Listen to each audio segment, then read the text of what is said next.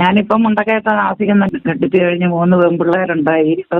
മൂന്ന് പെൺപിള്ളേർ ഉണ്ടായി കഴിഞ്ഞപ്പോൾ ഞാൻ പെണ്ണിനെ തന്നെ പെറ്റു കൂട്ടുന്നു പറഞ്ഞ് ഒരുപാട് ഇടിയും ചതയും തല്ലുമല്ല വെച്ച് തന്നു. പിന്നെ സർവ്വത്രാധി കുറ്റമായി. 9 വർഷം കൊണ്ട് സഹിക്കാവുന്ന എൻ്റെ പരമാവധി സഹിച്ചു. അവിടെ 10-40 ഏക്കർ സ്ഥലം ഉണ്ടായിരുന്നു. അതെല്ലാം വിറ്റിട്ട് രാഷ്ട്രീയമായിരുന്നു പുള്ളിയുടെ ജോലി. പുള്ളിയുടെ പേര് അപ്പച്ചൻ എന്ന് പറയും, കൊരട്ടിയിലപ്പച്ചൻ എന്ന് പറയും. കൊരട്ടിയിലപ്പച്ചൻ. നിങ്ങൾ ഏത് സഭാംഗമാ? ഞങ്ങള് റാമങ്കാസിലിക്ക.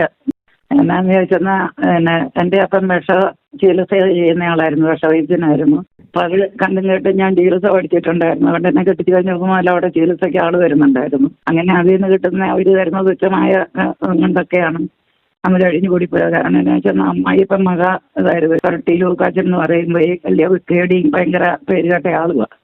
പക്ഷെ ഇതൊന്നും നോക്കാതെയാണ് എൻ്റെ അപ്പൻ അടക്കം കെട്ടിച്ചത്. കെട്ടിക്കാൻ തന്നെ എനിക്ക് ഒട്ടും ഇഷ്ടമില്ലായിരുന്നു. എന്നെ കെട്ടിക്കണ്ടെന്നും പറഞ്ഞ് ഒരാഴ്ച സത്യാഗ്രഹം കിടന്ന് 3 പ്രാവശ്യം ഒത്തുകല്യാണത്തിന് പള്ളിയിൽ പോയിരുന്നു. ഞാൻ ഇറങ്ങിപ്പോന്നോളെ ഒന്നും മഴ വെക്കാതെ അപ്പം കണ്ട അവരുടെ സ്വത്തും മുതലും കണ്ടുകൊണ്ട് കെട്ടിച്ചതാണ്. പക്ഷെ അവിടെ ചെന്ന് കഴിഞ്ഞ് ഞാൻ അനുഭവിച്ച തിക്താനുഭവങ്ങൾ പറയാൻ പോയിരുന്ന ഒരുപാട് സമയം വേണം. അതുകൊണ്ട് ഞാൻ പറയുന്നില്ല. അത് കഴിഞ്ഞ് രാഷ്ട്രീയം കളിച്ച് ആ സ്ഥലം എല്ലാം വിറ്റ് അവസാനം 1.5 ഏക്കർ സ്ഥലമായപ്പോൾ നാട്ടിൽ നിൽക്കാൻ നാണക്കേടാന്ന് പറഞ്ഞ് അത് വിറ്റിട്ടാണ് ഞങ്ങൾ മുണ്ടക്കയത്ത് വരുന്നത്.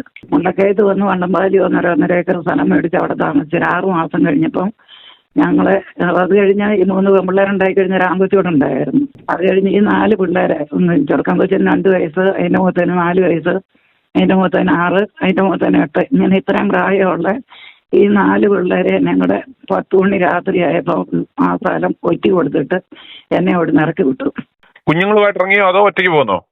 അല്ല, കുഞ്ഞുങ്ങളായിട്ട് വേണ്ടല്ലോ. എന്നോട് പല പ്രാവശ്യം പറഞ്ഞിട്ടുണ്ട്, നീ മക്കളും പോയി ചാകടിയെന്ന്. വിഷം മേടിച്ചുകൊണ്ട് എൻ്റെ കയ്യിൽ നീട്ടിയിട്ടുണ്ട്, ഇത് കുടിച്ച് ചാകടി എന്നും പറഞ്ഞതുപോലെ ഒരുപാടുണ്ട്, പറയാൻ പറ്റുന്നില്ല. അങ്ങനെ ഒരു സ്ത്രീ എന്നെ വിളിച്ചുകൊണ്ട് പോയി അവരുടെ വീട്ടിൽ കൊണ്ടുപോയി. അന്ന് എൻ്റെ മോൾ 6ാം ക്ലാസ്സിൽ ഒരു വിഷയം പരീക്ഷ എഴുതിയതിൻ്റെ പിറ്റേ ദിവസമാണ് ഈ സംഭവം. പിന്നെ എൻ്റെ കൊച്ചിൻ്റെ പരീക്ഷ പോകില്ല എന്നോർത്ത് അവർ എന്നോടുള്ള സ്ഥലതാവും കൊണ്ട് അവർ പറഞ്ഞു, കൊച്ചിനെ അവിടെ നിർത്തിക്കോ, പരീക്ഷയ്ക്ക് വിട്ടേക്കാന്ന് പറഞ്ഞു. അന്ന് എൻ്റെ അപ്പം പാലായിക്ക് അടുത്തൊരു സ്ഥലത്താണ് ആശുപത്രി ഇട്ടിരിക്കുന്നത്. ഞാൻ പിന്നെ ബാക്കിയുള്ളവരെയും കൊണ്ട് അവിടെ പോയി കഴിഞ്ഞ് പിന്നെ ഞങ്ങൾ കൊച്ചര താമസിച്ചപ്പോൾ മഠത്തിലെ ചികിത്സയൊക്കെ ഞാൻ തന്നെയായിരുന്നു. അതുകൊണ്ട് അവർക്ക് എന്നെ നല്ലപോലെ അറിയാമായിരുന്നു. കൊണ്ട് ഇടയ്ക്ക് ഞാൻ അവിടെ ചെന്ന് അതറിഞ്ഞ് കണ്ട് വിവരം പറഞ്ഞു. നെടുങ്കുന്നത്ത് അഗസ്തീനാമി എന്ന് പറയുന്ന നെടുങ്കുന്ന മഠമൊക്കെ ഉണ്ടാക്കിയ ഒരാൾ. അപ്പോൾ അവർ ഇതെല്ലാം കേട്ട് കഴിഞ്ഞപ്പോൾ എന്നോട് പറഞ്ഞു, അത് ഒന്നും ചെയ്തേക്കരുത്. അപ്പം ഞാൻ ആത്മീയതയുടെ വക്കിലാണ്. എനിക്ക് ഒരു തരത്തിൽ ഈ 4 പിള്ളേരെ പോറ്റാൻ കിടക്കാനിടവില്ല. പിന്നെ യാതൊരു വരുമാനവും ഇല്ല, ഒന്നുമില്ല. അപ്പൊ എനിക്ക് പറഞ്ഞു, ഒരു ദുഃഖവള്ളിക്ക് ഒരു ഇയർപ്പിയാറുണ്ട്, ഒരു കുഴിക്ക് ഒരു കുന്നുണ്ട്, കൊണ്ടിൽ ഒരിക്കലും നിരാശപ്പെടരുത്. ഇപ്പം പിള്ളേരെ ഞാൻ മടത്തി നിർത്തി പഠിപ്പിച്ചോളാമെന്ന് പറഞ്ഞു. അങ്ങനെ ഇപ്പം പിള്ളേരെ 1 നടക്കുന്ന മടത്തിക്കൊണ്ട് ഞാൻ അന്വേഷാലെ കൊണ്ട് വിട്ട് പഠിപ്പിച്ചു കഴിഞ്ഞ് എൻ്റെ മകനെ കൊണ്ട് നടന്ന് എൻ്റെ വീട്ടുകാരുടെ സ്വഭാവം എനിക്കറിയാം. പക്ഷെ അതിനിടെ അപ്പം കാണിച്ചതിൽ അപ്പുറമാണ് എൻ്റെ അപ്പനും ആങ്ങളമാരും എന്നോട് ചെയ്യുന്നത്. വീട്ടിലോട്ട് കെട്ടിച്ചു കഴിഞ്ഞാൽ പിന്നെ വീട്ടിൽ ചെല്ലുന്ന അവർക്ക് ഇഷ്ടമല്ല.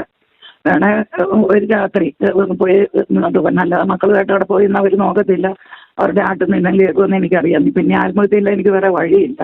അതുകൊണ്ട് ഞാൻ ഈ പഠിച്ച തൊഴിൽ ചികിത്സയാണ് എനിക്കുള്ളത്. ഞാനതും വെച്ചുകൊണ്ട് ഞാൻ വീട് വാടകയ്ക്കെടുത്ത് ഞാൻ എൻ്റെ കുഞ്ഞുങ്ങളെയും കൊണ്ട് താമസിച്ചു. ഈ താമസിക്കാൻ ചേർന്നടുത്ത് എല്ലാം വന്ന് എനിക്കിട്ട് വാര വെച്ചു. അപ്പം ഞങ്ങൾ മൂടുവരെന്ന് പറയുന്ന എൻ്റെ ജന്മനാടാണ്. അവിടെ ഞങ്ങളിങ്ങനെ ആശുപത്രി ഇട്ടിരുന്നപ്പോഴത്തേനും ഒരു ദിവസം അവിടെ വന്നു. അന്നേരത്തേന് ഈ 2 പിള്ളേരെയാണ് ആദ്യം മടത്തി നിർത്തിയത്.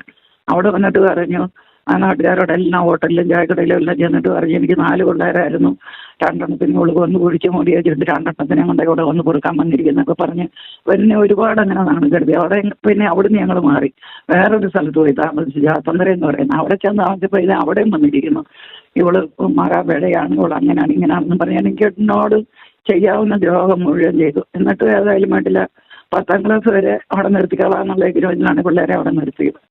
അത് കഴിഞ്ഞ് പിന്നെ മൂത്ത കൊച്ചിനെ കൂടെ അവിടെ നിർത്തി. അവള് 10ാം ക്ലാസ് പാസ്സായി കഴിഞ്ഞപ്പം കാഞ്ഞിരപ്പള്ളി സെൻറ് ജോൺസ് കോളേജ് വിട്ടു. അത് കഴിഞ്ഞപ്പോഴത്തേനും ഈ ഒറ്റി കൊടുത്ത സ്ഥലമുണ്ടല്ലോ, അത് 2 വർഷത്തേനായിരുന്നു കൊടുത്ത. ആ സ്ഥലം ഞാൻ തിരിച്ചെടുത്തു. ഈ പുള്ളിയെ കാണിച്ചെന്നറിയാം, ഞാൻ തിരിച്ചെടുക്കുന്നതിന് മുമ്പ് അത് 4000 രൂപയ്ക്ക് 1.25 ഏക്കർ സ്ഥലം 4000 രൂപയ്ക്ക് വിറ്റു കഴിഞ്ഞപ്പോൾ ആ സ്ഥലം പിന്നെ ചൊവ്വന അവിടെ നിന്ന് എന്ത് ചെയ്ത് ഇറങ്ങുന്നില്ല. ഞാൻ പിന്നെ എൻ്റെ ഒരാങ്ങളെയും കൂടെ കൂട്ടിക്കൊണ്ട് വന്നുകൊണ്ടൊക്കെ ഇത് കേസ് കൊടുത്ത് പോലീസുകാരെ കൊണ്ടുവന്ന് അവനെ ഒരു തരത്തിലാണ് ഇറക്കി വിട്ട്.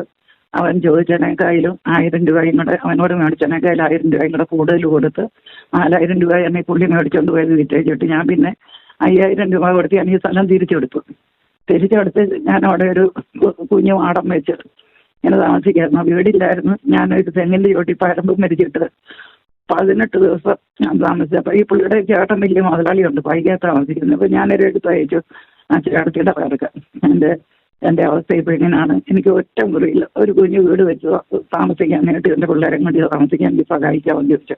അവരതിൻ്റെ മറുപടിയൊന്നും അയച്ചില്ല.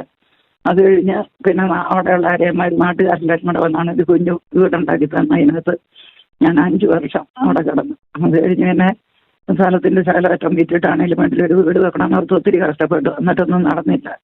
അതുതന്നെ ഞാൻ ഈ കാഞ്ഞിരപ്പള്ളിയിലെ വടക്കേ മുറി അച്ഛൻ എന്നും പറഞ്ഞൊരു അച്ഛനുണ്ടായിരുന്നല്ലോ, ഫാദർ വടക്കേ മുറി എന്നും പറഞ്ഞൊരു അച്ഛനുണ്ടായിരുന്നു. അവിടെ ഹൗസിംഗ് ബോർഡൊക്കെ പുള്ളി നടത്തുന്നത്. വീടില്ലാത്തവർക്ക് വീട് വെച്ച് കൊടുത്ത് അവനൊക്കെ പറഞ്ഞു. ഞാനവിടെ കൊണ്ട് ഒരു അപേക്ഷ കൊടുത്തപ്പോൾ 1000 രൂപ അവിടെ അടയ്ക്കണം. അപ്പോൾ ഞാൻ അവിടെ എന്തെങ്കിലും ഒരു നിവൃത്തിയില്ല. വീട്ടിൽ ചെന്ന് ചോദിച്ചു, അപ്പം തരികയില്ല. ഞാൻ പിന്നെ കരഞ്ഞുകൊണ്ട് വന്ന വഴിക്ക് ഒരാരെ പെണ്ണാണ് ഒരു വളയെടുത്ത് എൻ്റെ തന്നു, ഇതുകൊണ്ട് പണയം വെച്ചിട്ട് പൈസ കൊണ്ട് അടയ്ക്കാൻ പറഞ്ഞു. അപ്പം ഞങ്ങൾ മരത്തിൻ്റെ ചോട്ടി കിടച്ചാൽ ഈ വീട്ടുകാർക്ക് ഇതൊന്നും അറിയത്തില്ല, ഞാൻ അറിയിക്കുന്നില്ല. ആ വളയം ഒരു തന്ന് ഞാൻ പണയം വെച്ചിട്ട് 1000 രൂപ കൊണ്ട് അടച്ചവിടെ. അത് കഴിഞ്ഞിട്ട് പുഞ്ചയിലെ സിസ്റ്റർമാരെയാണ് ഇത് അന്വേഷിക്കാൻ വിടുന്നത്. വെട്ടി കഴിഞ്ഞപ്പോഴത്തേനും അവർ വന്ന് നോക്കി കഴിഞ്ഞപ്പോൾ അവരൊന്ന് കരഞ്ഞോണ്ടാണ് പോയത്. വെച്ചാൽ ഞങ്ങൾ മരത്തിൻ്റെ ചോട്ടി കിടക്കാൻ, ഞങ്ങൾക്ക് വീടില്ല താമസിക്കാൻ.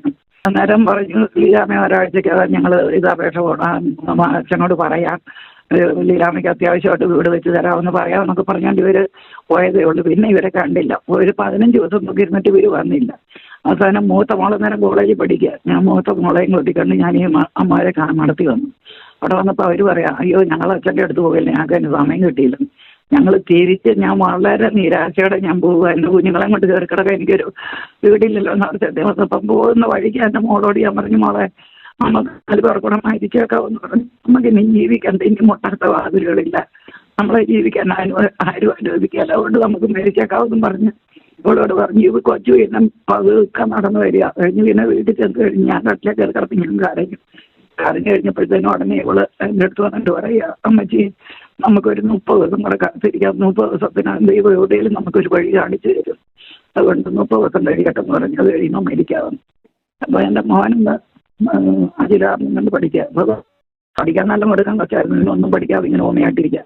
അപ്പോൾ സാറ് വിളിച്ചപ്പോൾ ചോദിച്ചു, ഇവൻ പറഞ്ഞു, സാറേ ഞങ്ങൾ 30 ദിവസം ഇവിടെ ജീവിച്ചിരിക്കുള്ളൂ, ഞങ്ങളത് കഴിയുമ്പോൾ ഞങ്ങൾ മരിക്കും, പിന്നെ ഞാൻ ഇതിനാ പഠിക്കുന്നതിൻ്റെ ചോദിച്ചോണ്ട് എനിക്ക്. എന്നിട്ട് പിന്നെ സാറ് എന്നെ അവിടെ വന്നു. അവിടെ വന്നപ്പോൾ ഞാൻ പറഞ്ഞു, എൻ്റെ അവസ്ഥ ഇതാണ്, ഞാനിങ്ങനെ പിള്ളേരോട് ഞാൻ പറഞ്ഞു പോയതാണെന്ന് പറഞ്ഞു. എന്നാലും വേണ്ടില്ല. അതിൻ്റെ 15 ദിവസം കഴിഞ്ഞപ്പോഴത്തേനാണ് പൊഞ്ചയിലോട്ട് മാറി ഒരു വീട്, ഒരു ചേട്ടപ്പുറത്തായിരിക്കുന്ന നല്ല സ്ഥലമൊന്നുമല്ല, ഒരു പൊക്കപ്പുറത്ത് ഒരു വീടുമായിട്ട്, പിന്നെ നനയുകയില്ല എന്നുള്ളൊരു ഇതേയുള്ള 2 മുറി ഒരു അടുക്കളയായിട്ട് ഒരു വീടുമായിട്ട് വെച്ച് മാറ്റം നടത്തി.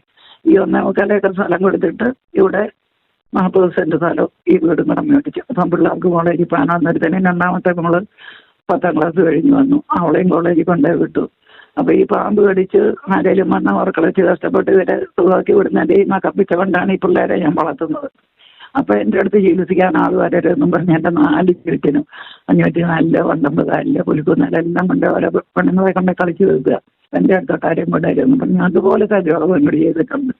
അത് കഴിഞ്ഞ് ഞങ്ങൾ ഏതായാലും വേണ്ടിയില്ല, അവിടെ 40 വർഷം അവിടെ താമസിച്ച് കൈ കിട്ടുന്ന പൈസ കൊണ്ട് കുറേശ്ശെ വീട് പണിത് പേഷ്യൻറ്റിനെ കിടത്തി ചികിത്സിക്കാനൊക്കെ തുടങ്ങി. അങ്ങനെ അവിടെ കഴിഞ്ഞ് ഇപ്പോൾ 1.5 വർഷം മുമ്പ് ഞങ്ങൾ ആ സ്ഥലം വിറ്റു. വിറ്റേച്ചിട്ട് ഞങ്ങളിപ്പം മുണ്ടക്കയത്തിനടുത്ത് സ്ഥലത്താണ് ഇപ്പം താമസിക്കുന്നത്. പിന്നെ എൻ്റെ മക്കളുടെ വിവരം കൂടെ പറയാനുണ്ട്. മൂത്ത മോളെ കണയങ്കേൽ എന്ന് പറയുന്ന സ്ഥലത്ത് കെട്ടിച്ചു. അവളെ ഞാൻ നഴ്സിംഗൊക്കെ പഠിപ്പിച്ചായിരുന്നു. അത് അവിടെ ഒരു ആശുപത്രിയൊക്കെ ഇട്ട് അവളിരിക്കുക. അവൾ സുഖമായിട്ട് കഴിഞ്ഞ് പോകുന്നുണ്ട്. പിന്നെ അവിടെ കെട്ടിയാൽ ഒരു കുടിയനാന്നേ ഉള്ളൂ. അത് അപ്പൻ അന്വേഷിച്ച് കൊണ്ടുവന്ന ഒരു കല്യാണമായിരുന്നു. അതുകൊണ്ട് ഒരു കുടിയനെ കൊണ്ടാണ് കെട്ടിച്ചെന്നാലും അവൾ ജീവിച്ചു പോകുന്നുണ്ട്, ഒരുമാതിരി കുഴപ്പമില്ല. രണ്ടാമത്തെ മോള് കന്യാസ്ത്രീയായി. അവൾ BA-ക്ക് MA-ക്ക് പഠിച്ചുകൊണ്ടിരുന്നപ്പോഴാണ് അവൾ നടത്തിപ്പോകുന്നത്. നടത്തിപ്പോയി ഇപ്പോൾ അവൾ ബ്രസീലിലാണ്. ബ്രസീൽ എന്ന് പറഞ്ഞാൽ അവൾ ഭയങ്കര ഉന്നത നിലയിലാണ്. അവൾ ഇപ്പോൾ ഈയിടെ മിനിങ്ങാന്ന് തന്നെ വിളിച്ചിട്ട്, കഴിഞ്ഞ ആഴ്ച തന്നെ വിളിച്ചിട്ട് പറയാം, അമ്മച്ചി ചേച്ചി പറഞ്ഞാൽ ആ ഷൈനയുടെ മുഖത്തൊക്കെ വെച്ച് ഒരാഴ്ച കഴിഞ്ഞിട്ട് മരിക്കാവുന്നൊരു വാക്ക് പറഞ്ഞിരുന്നെങ്കിൽ അവർ അന്നേരം മരിക്കുകയല്ലായിരുന്നല്ലോ, അവർക്ക് എന്തെങ്കിലും ഒരു വഴി കാണിച്ചു തരാൻ പറ്റും. അവൾ കരയുക. അവൾ ബ്രസീലിലാണ്. അവിടുന്ന് തന്നെ വിളിച്ചിട്ട് കരയുക. അതുപോലെ തന്നെ മുഖത്ത മോള് നേരം പറയാം, അമ്മച്ചി നമ്മളിതുപോലെ എന്തേറെ കടന്നു വന്നാൽ അവർ മരിക്കാതിരുന്നെങ്കിൽ അവർ ഇപ്പം നമ്മൾ ജീവിക്കുന്നാലും അവർക്ക് മിടുക്കരാകത്തില്ലായിരുന്നു എന്നോട് ചോദിക്കുക. അതുപോലെ തന്നെ ഇളയ മോള്, അവൾ തമിഴ്നാട്ടിലാണ്. അവിടെ അവൾ ആശുപത്രി ഇട്ടിരിക്കുകയാണ്. സാധാരണമായിട്ട് സന്തോഷമായിട്ട് അവൾ ജീവിക്കുന്ന 2 പിള്ളേർ. അവിടെ ഒരു മകൻ UK-യിലാണ്. പിന്നെ ഒരു മോളെ കെട്ടിച്ചു മലപ്പുറത്ത്. പിന്നെ മൂത്ത മക്കാണെങ്കിലും ഒരു രണ്ട് പിള്ളേരെ. മൂത്ത മകന് കാനഡയിലാണ്, പെണ്ണ് ടീച്ചറാണ്, മുണ്ടകയ്ക്ക് സ്കൂളിൽ പഠിപ്പിക്കുന്നു. ഇളയ മകന് മെഡിക്കൽ സ്റ്റോർ, അവനിപ്പോൾ 3 മെഡിക്കൽ സ്റ്റോറുണ്ട്. അങ്ങനെ മെഡിക്കൽ സ്റ്റോർ നടത്തി അവനും നല്ല സാമ്പത്തികമായിട്ട് ഇപ്പം കുഴപ്പമൊന്നുമില്ല, നല്ല മുടുക്കനായിട്ട് ഇപ്പം അവനെ ജീവിക്കുന്നുണ്ട്. ഇപ്പം അവൻ്റെ കൂടെ ഞാനും ജീവിക്കുകയാണ് ഇങ്ങനെ.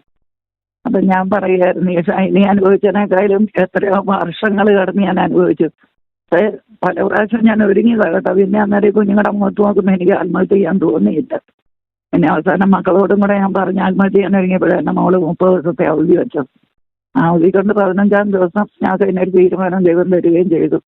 എന്നിട്ട് പിന്നെ ഈ വടക്കേ മറിയോട് ഹൗസിംഗ് വാർഡിന് 1000 രൂപ കൊണ്ട് കെട്ടി വെച്ചെന്ന് പറഞ്ഞില്ലേ, ഞാൻ പിന്നെ ഞങ്ങൾ കുഞ്ചേരിലോട്ട് മാറി കഴിഞ്ഞപ്പോൾ ഞാൻ പറഞ്ഞു എനിക്ക് നനയാത്തൊരു വീട് കിട്ടി, എനിക്ക് നനയാതെ പിള്ളേരെ കൊണ്ട് കയറി കിടക്കാൻ ഒരു വീടിന് വേണ്ടിയിട്ടാണ് നിങ്ങളുടെ അടുത്ത് തന്നെ അപേക്ഷ കൊണ്ട് വന്നത്. അപ്പം പിന്നെ അത് കിട്ടിയില്ല, അതുകൊണ്ട് ഇനി എനിക്ക് ആ വീട് വേണ്ടെന്ന് ഞാൻ അവിടെ ചെന്ന് പറഞ്ഞു. എന്നിട്ട് 1000 രൂപ കെട്ടി വെച്ച് തിരിച്ച് മേടിച്ചോണ്ട് വന്നു. അങ്ങനെ ഒരുപാട് സാധിച്ച്. ഇതിനിടയ്ക്ക് ഒരു ഭർത്താവ് ഉപേക്ഷിച്ച ഒരുത്തി എന്ന് പറഞ്ഞു കഴിയുമ്പോഴത്തേനും നാട്ടുകാർ ചാർജ് അടിക്കുമല്ലോ. വേഷം തൊട്ട് രാത്രിയിലും പകലും ഇല്ലാതെ ഇങ്ങനെ ആൾക്കാർ വന്നു കഴിയുമ്പോൾ എൻ്റെ അടുത്ത് ആൾ വരുന്നു പറഞ്ഞു ഒരുപാട് പരദൂഷണം, ഒരുപാട് അവിഖ്യാതികൾ ഞാൻ കേട്ടു. ഇതെല്ലാം കേട്ടെല്ലാം ദൈവത്തിനന്ന് സമർപ്പിച്ച് കൊടുത്ത് ഞാൻ പ്രാർത്ഥിച്ച് എൻ്റെ മക്കളെയും നല്ല രീതിയിൽ പഠിപ്പിച്ച് വളർത്തിക്കൊണ്ട് വന്നുകൊണ്ട് ഇന്ന് മക്കൾ നല്ല നല്ല ജീവിക്കുന്നു. ഞാനും ഇന്ന് കുഴപ്പമൊന്നുമില്ല. ഇപ്പോൾ 1 കോടി രൂപ വീട് എടുത്ത് ഞങ്ങൾക്കുമായിട്ട് താമസിക്കാൻ കുഴപ്പമൊന്നുമില്ല. കഴിഞ്ഞ ഫെബ്രുവരി ആദ്യ ആഴ്ചയിൽ മുണ്ടക്കയമ്പള്ളി പെരുന്നാളായിരുന്നു. പെരുന്നാളിൻ്റെ 3-ാം പക്കം 10,762 പേര് നിൽക്കുന്നിടത്ത് എന്നെ വിളിച്ച് അവർ ആദരിച്ചു. പക്ഷേ എലിസബത്ത് ഉത്തരവാദിപ്പിച്ച ആളാണെന്ന് പറഞ്ഞുകൊണ്ട് പള്ളിക്കൊന്ന് വിളിച്ച് ആദരിച്ചു. ഇന്നലെ മുണ്ടക്കയം പഞ്ചായത്തിൽ നിന്ന് ഇന്നലെ വിളിച്ച് എന്നെ ആദരിച്ചിട്ടുണ്ടായിരുന്നു. ഇന്നലെ അല്ല, തിങ്കളാഴ്ച എന്നെ ആദരിച്ചിട്ടുണ്ട്. ഇപ്പം എനിക്ക് കുഴപ്പമൊന്നുമില്ല സാറേ, ഞാനിപ്പോൾ സുഖമായിട്ട് ഞാൻ ജീവിക്കുന്നു. പിന്നെ എൻ്റെ മക്കള് പെൺപിള്ളേർ 3, പെൺപിള്ളേരെല്ലാം മക്കള് 4 നല്ല നല്ലതായി ഇപ്പം ജീവിക്കുന്നത്. ഞാൻ അവർക്ക് ആത്മഹത്യ അന്നേരം പിള്ളേർ എന്നോട് പറയായിരുന്നു, അന്ന് നമ്മൾ ആത്മഹത്യ ചെയ്തിരുന്നെങ്കിൽ ആരും അറിയേയില്ല, ഇന്നത്തെ പോലെ സോഷ്യൽ മീഡിയയിലോ ഒന്നും ഇല്ല, ആരും അറിയത്തുമില്ല, ആർക്കും ഒന്നും പോകത്തുമില്ല, നമ്മൾ തന്നെ നയിച്ചു പോയനെ. അന്ന് ഈ പിടിച്ചു നിന്നോണ്ടല്ലേ നമ്മളിപ്പോൾ ഇന്ന് ഈ നില വന്നതെന്നൊക്കെ പിള്ളേരും എല്ലാവരും. ആൺകൊച്ചിന് അത്ര ഓർമ്മയില്ല, അതുകൊണ്ട് അവനിതൊന്നും അങ്ങനെ വലിയ പ്രശ്നമൊന്നുമില്ല. അവന് പിള്ളേരും പറയുന്നുണ്ട്.